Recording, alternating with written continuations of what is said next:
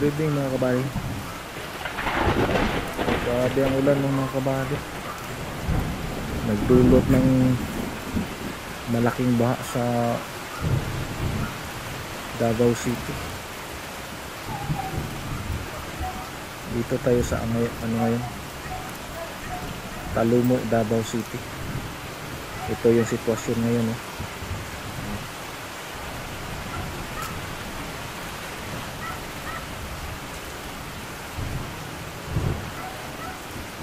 Ay nagtitiktok pa dito. Umapaw na sa mga kabayan, eh. So dito tayo sa corner mga kabayan. Ito yung sitwasyon ngayon.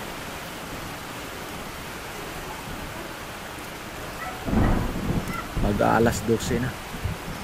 Ayan, oh, may moon pa. Sa Bukiring bahagi mga kabady, malapit lang din sa area of responsibility dito sa Davao. Malakas ang ulan.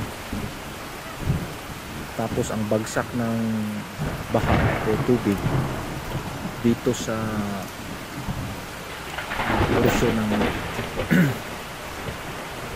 Talumo. Dito tumama yung malaking baha. Kaya ito,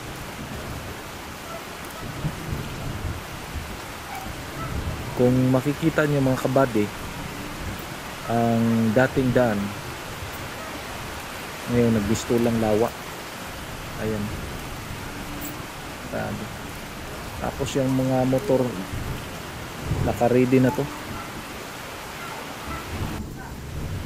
nailabas na sa mga kapitbahay ang kanya-kanyang mga sasakyan.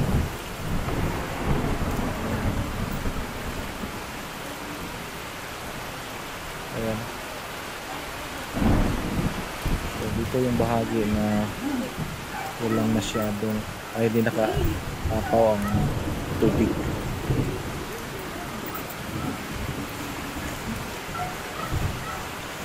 Ang nangyari kasi dito mga kabady, pataas ng pataas. Oy. Pataas ng pataas yung tubig. May bata na naglalaro pa sa tubig. Tumatakbo-takbo pa.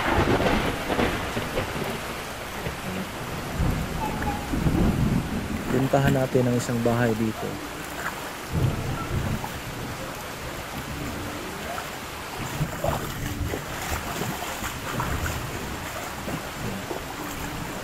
Halos nakaapaw ng mga tubig ng kabady. Pumasok na yata dito sa bahay. Wala na. 1 inch na lang para makapasok sa flooring. Pupuntahan natin. Ganun na lang. Grabe.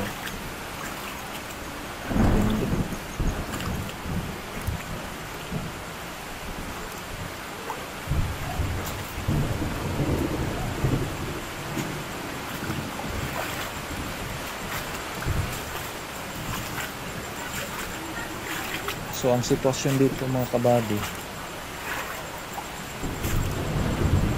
ang tubig pataas ng pataas. Ayan.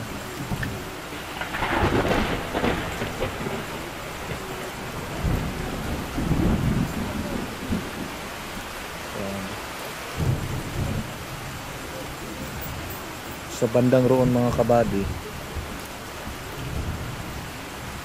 medyo mababa doon, kaya talaga pumasok na sa bahay nila. Nasa mga 3 feet na yung taas ng tubig. Dito sa kinatatayuan natin, medyo mataas yan ng konti, kaya naka-ready pa tayo.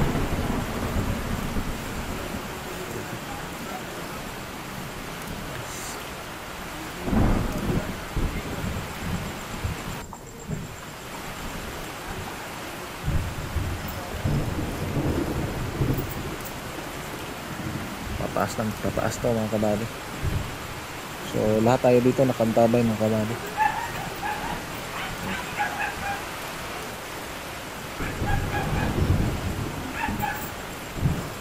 Yung tubig niya amoy putik. Yung daloy niya mga kabady papunta sa north. Di bali pabalik siya. Pabalik yung tubig. Sa halip na pa south yung tubig, pabalik siya.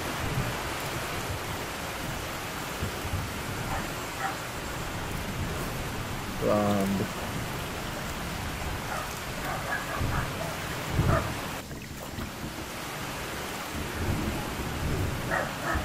Mataw na talaga.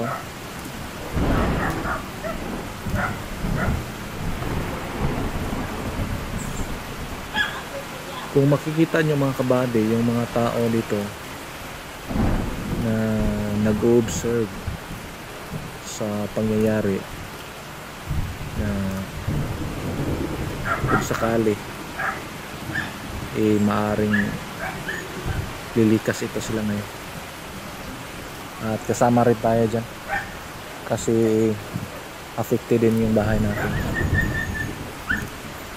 Ganon pa man, kahit anong pagsubok na dumating sa ating buhay, hindi mo matatawaran ang angas ng Pinoy. Kasi sa kabila ng baha, may nagtitiktok pa rin yung mga dalawang binibini natin. Ayan, nagsisip pa sila sa kanilang sayaw. So ayan.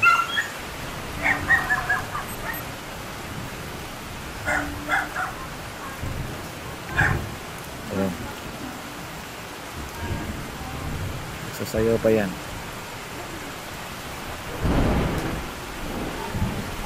Pinoy lang sa kalam.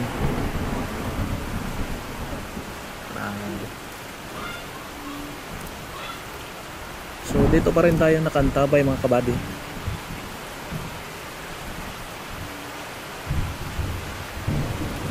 Dahil nga sa pagtaas sa Talumo River ay talagang umapaw dito sa Talumo Village. Yan.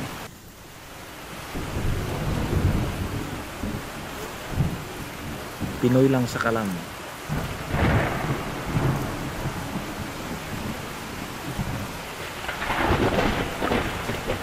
Taas na mga kabady.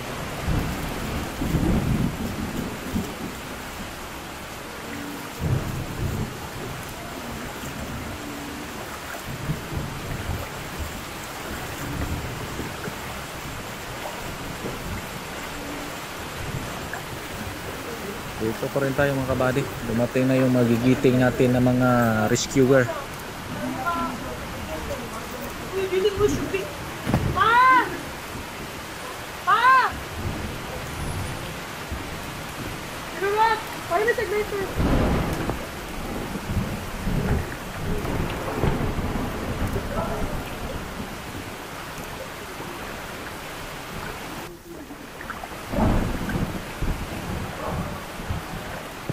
Ito na yung mga rescuer natin mga kabady.